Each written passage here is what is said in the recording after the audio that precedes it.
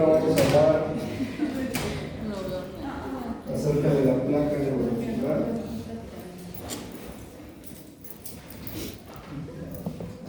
Como su nombre lo dice, es una estructura celular muy especializada. Es la unión entre el sistema nervioso y una fibra muscular. Entonces es la sinapsis entre una neurona motora y el músculo. Y gracias a esos impulsos que va a transmitir, el músculo puede contraerse o relajarse. En el caso de grupo muscular somático, de forma voluntaria. En caso de un músculo visceral, de forma gobernada por otros sistemas. Entonces, de aquí tenemos tres tipos de fibras musculares: el músculo esquelético, el músculo cardíaco y el músculo visceral, el que vamos a encontrar en todas y cada una de las vísceras. Luego, entonces, solo sobre el músculo esquelético tenemos control. ¿Y cuál es la característica de esta fibra muscular? Bueno, vamos a tener el músculo que vamos a llamar rojo o lento, que tiene un mayor contenido de mioglobina, y un músculo blanco o rápido, que tiene menos fibras por unidad motora, y al tener menos fibras y menos mioglobina, eso le da la característica de un color más claro. Estas son las principales proteínas que se encuentran en el músculo: miosina, actina, tropomiosina, troponina y mioglobina. ¿Cuál es la importancia clínica de estos marcadores? Por ejemplo, después de un machacamiento muscular, en un accidente, en un trauma, va a haber liberación de mioglobina. ¿Y qué puede pasar? Que puede bloquear el túbulo renal y hacer una insuficiencia renal. Si yo puedo medir la troponina, es un factor predictor de daño muscular, que también me puede predecir el daño que puedo tener en el riñón por efecto de la mioglobina. Entonces, estas microfotografías muestran cómo es en realidad una fibra muscular. De aquí, entonces, las fibras a nivel histológico van a tener muchos núcleos ubicados en la periferia.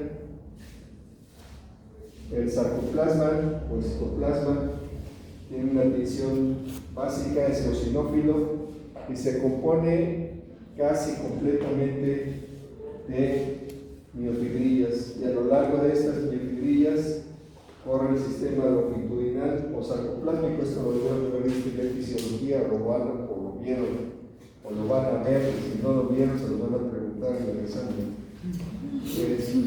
Esta es la constitución de una fibra muscular.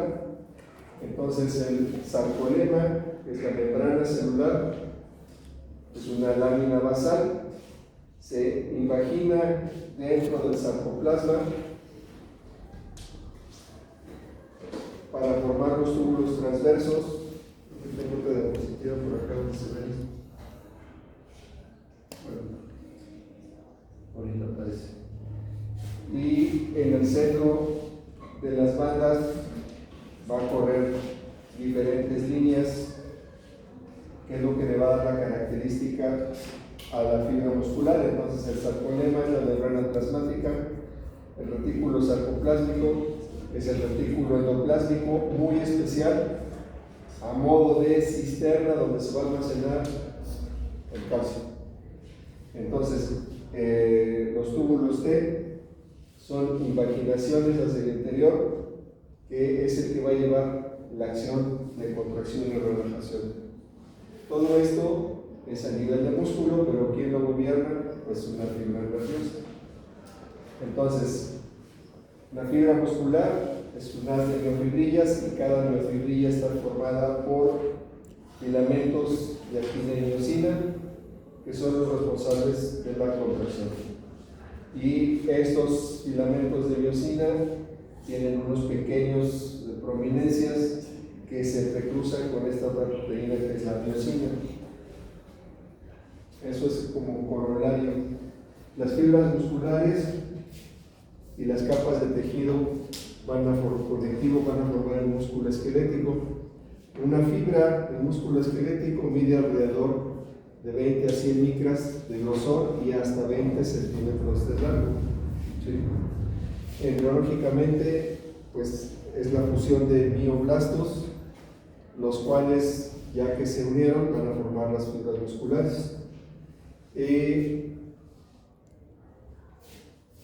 Un conglomerado de fibras musculares está rodeada por el endomisio, que va a formar la unidad funcional del músculo, el haz o fascículo primario. Los grupos de haces, o sea, varios haces musculares, están envueltos por el perimisio y todo el músculo finalmente está rodeado por el epimicio. Entonces, tenemos epimicio por fuera, perimisio y endomisio. ¿Sí? Entonces, tenemos la representación del hueso, el periósteo, el tendón, la fascia muscular, y dentro de la fascia muscular tenemos los haces, y tal y como lo presenté con el nervio periférico, desde el conglomerado hasta su descomposición a miofibrillas y miofilamentos en esa estructura.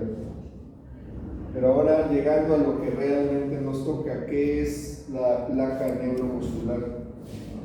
Entonces, tenemos un botón terminal de una neurona motora, ¿sí?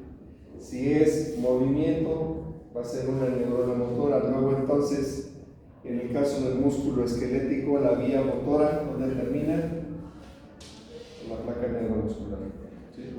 En este botón terminal es donde va a llegar la información, y en este otro esquema tenemos el botón terminal, que sería este, pero la vaina de mielina abandona o deja de ser continua ya en la proximidad de la dendrita terminal. Entonces, recuerden que tengo un axón y este va a llegar a un cono axónico y a un soma neuronal. ¿Dónde se encuentra ese soma? En la sustancia gris, sea medular, sea cerebral, en el caso del nervio. Pero ¿qué es lo que va a llevar a cabo la función, la liberación de este neurotransmisor, que es la acetilcolina? ¿Sí? Entonces tenemos la fibra muscular, y ya vimos cómo está representada, y nuestro botón terminal. Entonces, imaginen la cantidad de conexiones que pueda haber para que venga la contracción del músculo. Y en esta tenemos la célula muscular, el espacio de unión o espacio sináptico, el botón terminal, el axón de la neurona motora, ¿sí? Y la fibra muscular. Entonces, el potencial de acción alcanza el axón terminal. El canal de calcio, dependiendo del voltaje, se va a abrir, va a liberar calcio.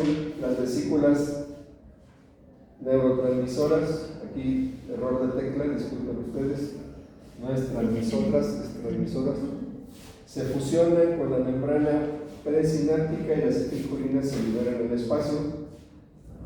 La acetilcolina se une a receptores posteriores a la sinapsis en el sarcolema,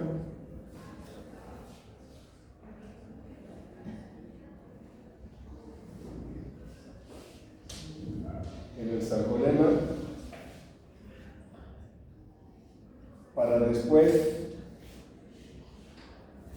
se abran los canales y permite el sodio fluir a través de la membrana y este flujo de iones va a dar lugar con la contracción o la acción muscular. Entonces tenemos una microfotografía donde tenemos la fibra muscular, el axón terminal, los botones sinápticos. Entonces, en este aumento,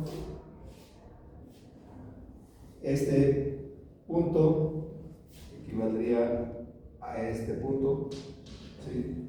Entonces viene el axón y tiene varios botones terminales que se van a unir en la fibra muscular, va a transmitir el impulso y viene la función motora. Ahora, vean esto.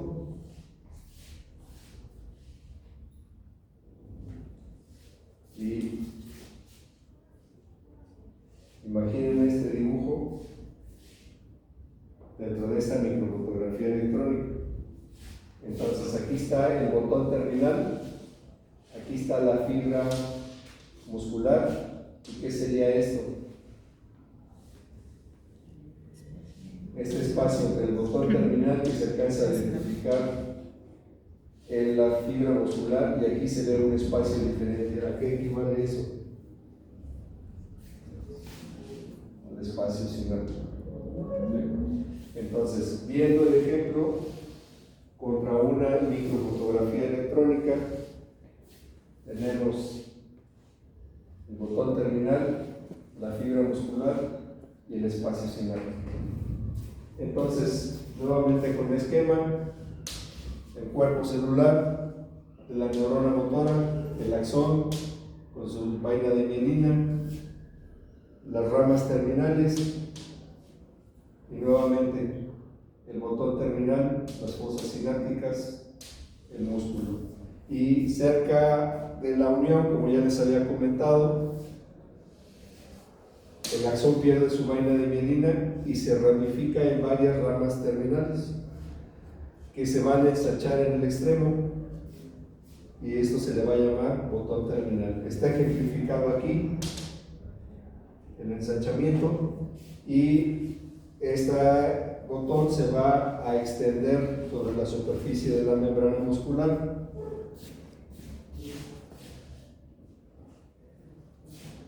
Tal cual en esta otra microfotografía, en este aumento, ¿sí? Como pequeñas arborizaciones para dar lugar a la transmisión del estímulo, el fenómeno bioquímico que va a dar lugar al movimiento. Entonces, la despolarización es la reducción del potencial de membrana de una célula y este fenómeno, mediado por intercambio iónico, es el que va a provocar la contracción muscular. ¿Sí? Y un solo estímulo de una neurona motora va a dar lugar a una sola contracción. ¿Por qué? Porque es un cable que va a un lugar específico. ¿Sí? Entonces, la acción va a dar lugar a una sola contracción de una sola fibra muscular. Pero, como se puede observar, son múltiples las conexiones que hay sobre el mismo grupo muscular. Entonces van a actuar de forma sincrónica para generar la contracción de todo el músculo. Entonces, un botón terminal da a una sola fibra, pero son muchos, van a dar lugar a el potencial de acción o el movimiento. ¿Cuál es el neurotransmisor que va? Esto es para que aprendan portugués. ¿Cuál es el neurotransmisor principal? La acetilcolina. Y vamos a ver algunos ejemplos de dónde y quiénes pueden actuar sobre o la liberación o la unión de la acetilcolina con sus receptores, que en este caso son nicotínicos, y puede bloquear la conducción muscular. Por ejemplo, cuando el anestesiólogo pone un relajante muscular, ¿qué está haciendo? ¿Dónde está actuando? Pues en la placa muscular. El paciente va a sentir, va a oír, va a todo, pero no se va a poder mover. ¿Sí? Ni siquiera respirar. Entonces, regresando a nuestra placa, tenemos el dibujo, el axón terminal. Recordemos que la vaina ya no acompaña al axón hasta el botón terminal, y en este ejemplo vemos que una sola fibra axónica emite diferentes botones terminales sobre una fibra. Y tenemos el esquema, tenemos el corte histológico y la fotografía de microscopía electrónica de lo que es la placa muscular.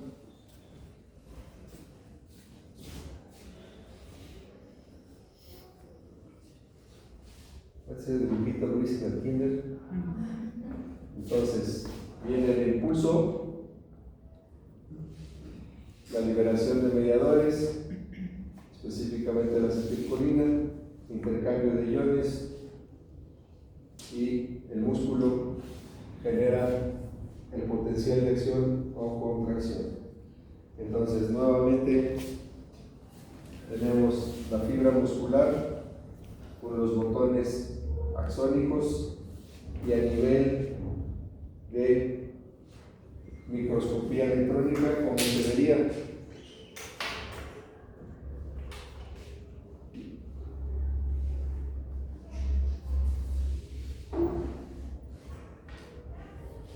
Entonces, ¿a qué se parece esto?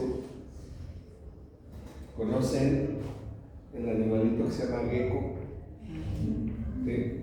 Parecen las patas de un gecko, ¿no? Entonces, viene el axón, los botones terminales contra las miofibrillas. Eso es la placa neuromuscular. Ahora, de ahí cuando vimos el nervio periférico les hablé de este estudio diagnóstico que es la electromiografía. ¿En qué consiste la electromiografía? Es un estudio funcional que pues es un auxiliar, no es así como que de esto pueda depender, salvo algunos casos, una decisión quirúrgica, pero ¿qué estructuras me va a medir el estudio de electromiografía? La raíz nerviosa, el arco reflejo, el nervio periférico, la unión neuromuscular, el nervio sensitivo.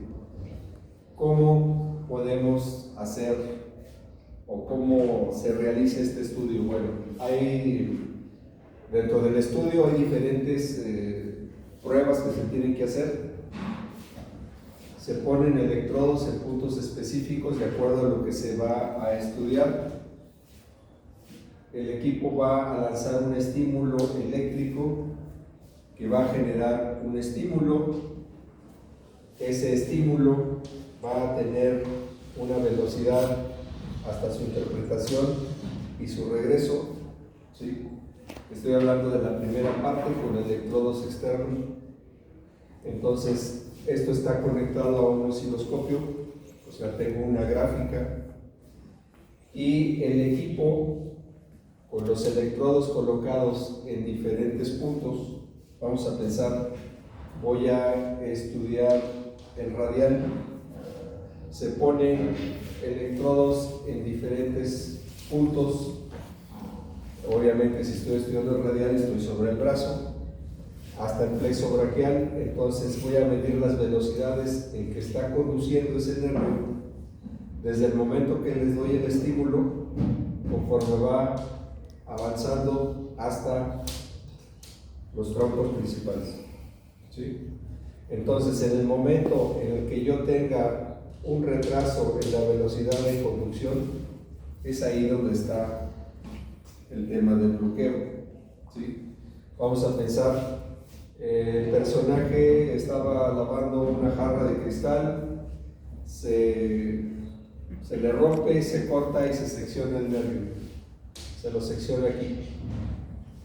Entonces, si yo estimulo aquí, estimulo acá, la zona que está lesionada, pues no va a haber conducción. Pero ¿qué pasa si el cirujano reconstructor ya hizo la anastomosis? ¿Cómo voy a darle seguimiento a la evolución de esa anastomosis? Pues con electromiografía, ¿sí?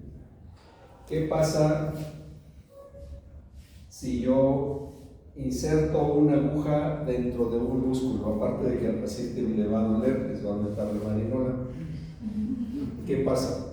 Estoy estimulando un grupo muscular y entonces voy a tener una respuesta de irritación. Esto estoy hablando del osciloscopio. Y esto está conectado a un amplificador de sonido. Entonces, el momento que yo inserto la aguja, voy a tener un patrón de reclutamiento, así se llama. Voy a tener una gráfica de cómo está funcionando ese músculo ante el estímulo que es la inserción de la aguja, ¿sí? Entonces, ¿qué voy a observar o para qué me va a servir esto? Si el músculo tiene una afectación, el reclutamiento, la altura, la amplitud va a ser muy disminuida. Si la unidad motora está en proceso de recuperación, en vez de estar muy juntos los estímulos, empiezan a estar más separados. O si de plano hay un error en la conducción, puede haber lo que se llama un silencio eléctrico, ¿sí? Entonces puedo hacer en la electromiografía estimulación externa, puedo hacer estimulación de aguja, y esto aplica para cualquier nervio periférico. Por ejemplo, si voy a operar un paciente que tiene una lesión del ángulo pontocerebeloso, un tumor, ¿cuál es el principal riesgo que tengo ahí? El nervio facial. Entonces el fisiólogo me pone electrodos de registro sobre el facial y yo durante la cirugía estoy estimulando. Entonces, si estimulo cerca de donde está el nervio, el fisiólogo va a tener un registro. Y entonces me puede decir, estás cerca, lo estás tocando, lo estás... Porque ya en la distorsión que ocasiona un tumor grande en esa zona, puedo no identificar fácilmente el nervio, está muy adelgazado, muy asentado. Entonces la fisiología ahí se convierte en un elemento indispensable. ¿Por qué? Porque eso me puede ahorrar una lesión al nervio. ¿Qué pasa si yo estoy haciendo una descompresión del nervio radial y tengo monitoreo? El fisiólogo me puede decir, según yo ya terminé, y me dice, no, todavía está habiendo una alteración, no lo has terminado de liberar. Vuelvo a explorar, ay, faltó 1 milímetro de tendón.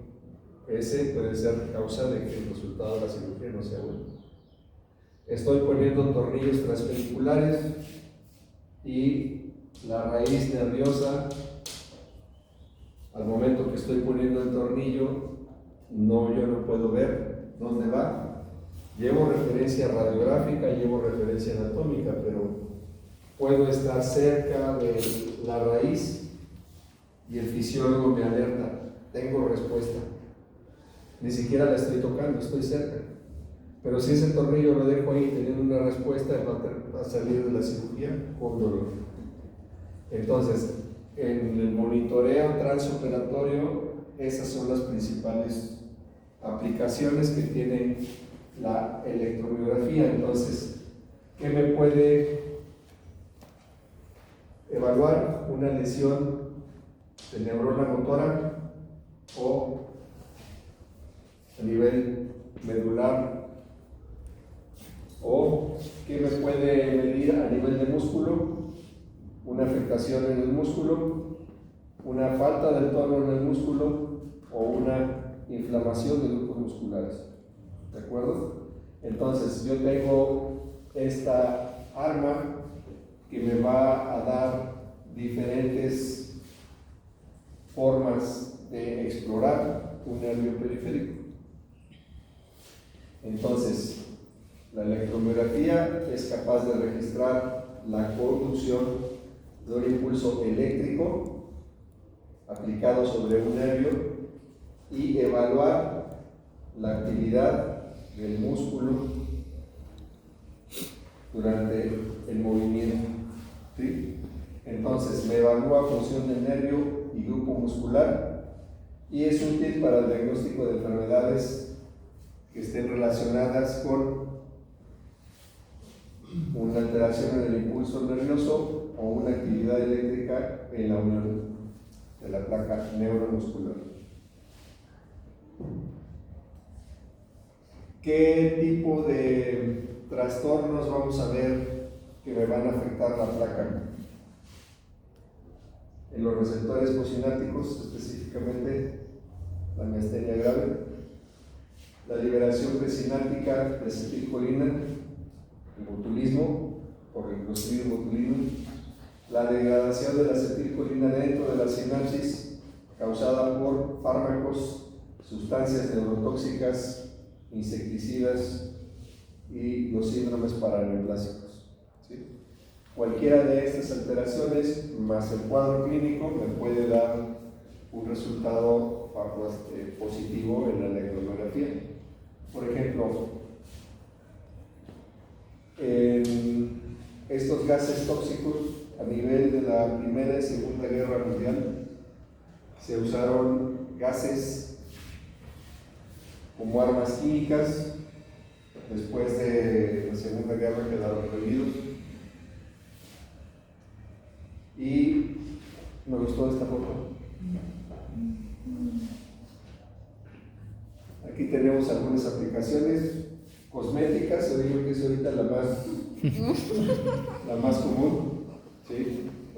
El Botox, que es una variante química de la toxina botulínica aplicada en grupos musculares específicos, pues nos va a dar la parálisis del músculo.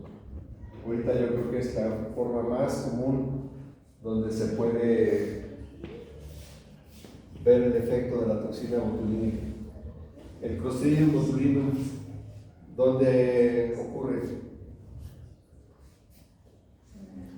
¿Qué pasa si consumen un alimento que está enlatado y ya la lata está hinchada? ¿Cuál es el riesgo potencial que esté contaminado con esta bacteria, que es anaerobia?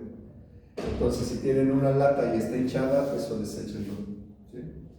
Entonces, ¿qué va a causar? La liberación de la toxina, pero esta sí es de veras, no es compuesta, y va a ocasionar una parálisis que puede llegar a respiratoria y muerte. La miastenia gravis es una enfermedad autoinmune, es crónica, afecta la unión neuromuscular, está mediada por anticuerpos contra los receptores nicotínicos, o sea, se libera la acetilcolina, pero los receptores nicotínicos en la placa muscular no pueden recibir la acetilcolina, luego entonces no viene la función muscular.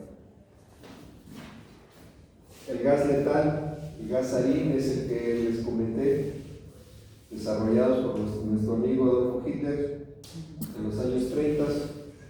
Era un agente gas que, pues bueno, 20 veces más mortífero que el cianuro, y los efectos, pues aparte de que pueden producir la muerte en menos de un minuto, antes de eso, si daba tiempo, flujo nasal, lagrimeo, dolor de cabeza, salivación, pero pues En menos de un minuto puede matar a una persona. ¿Sí? Por eso van a ver muchas fotografías de la Segunda Guerra Mundial donde los soldados traían unas máscaras antiguas.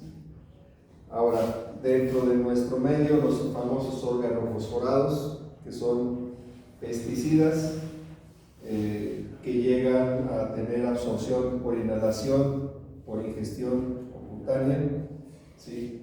De hecho, pues ya no está permitido su uso, pero pues alguna gente necia todavía lo sigue utilizando para cultivos. ¿Y quién sería el afectado en esto? El que lo está administrando. ¿Sí?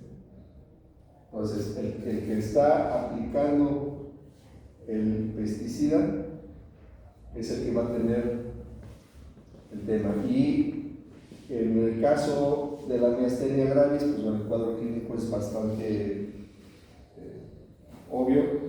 En el caso de los organofosforados, es una intoxicación crónica, entonces a veces no es sencillo hacer el diagnóstico.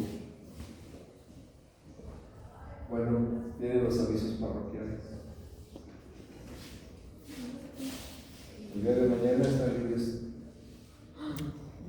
Se pueden dormir media hora más. La última clase es este jueves. ¿Sí? El último parcial es el martes 25. Empezamos a las 7 de la mañana por los que van de la lista del número 14 al 28. La entrega de resultados es el jueves a las 7:30. Entrego la lista de quienes nos vemos en el final y quienes se van a disfrutar de otras cátedras para estudiar. El miércoles 26 está libre y todos aquellos que nos vayamos a ver en el examen final, pues incluye todo. ¿Cuántas preguntas van a hacer? Pues yo creo como unas 60. ¿Cómo va a ser? Confusión múltiple, presentación en la pantalla, cuadros. Ahora, para los que vayan a presentar final, algunas de las preguntas del final van a ser las que ya vieron, en las que más batallaron, esas seguro van a venir, para que repasen más ese material. La fecha y la hora aún no me la dicen, eso lo designa la facultad. Entonces, pues ya están enterados. Nos vemos el jueves con el último tema, que sería barrera hematoencefálica y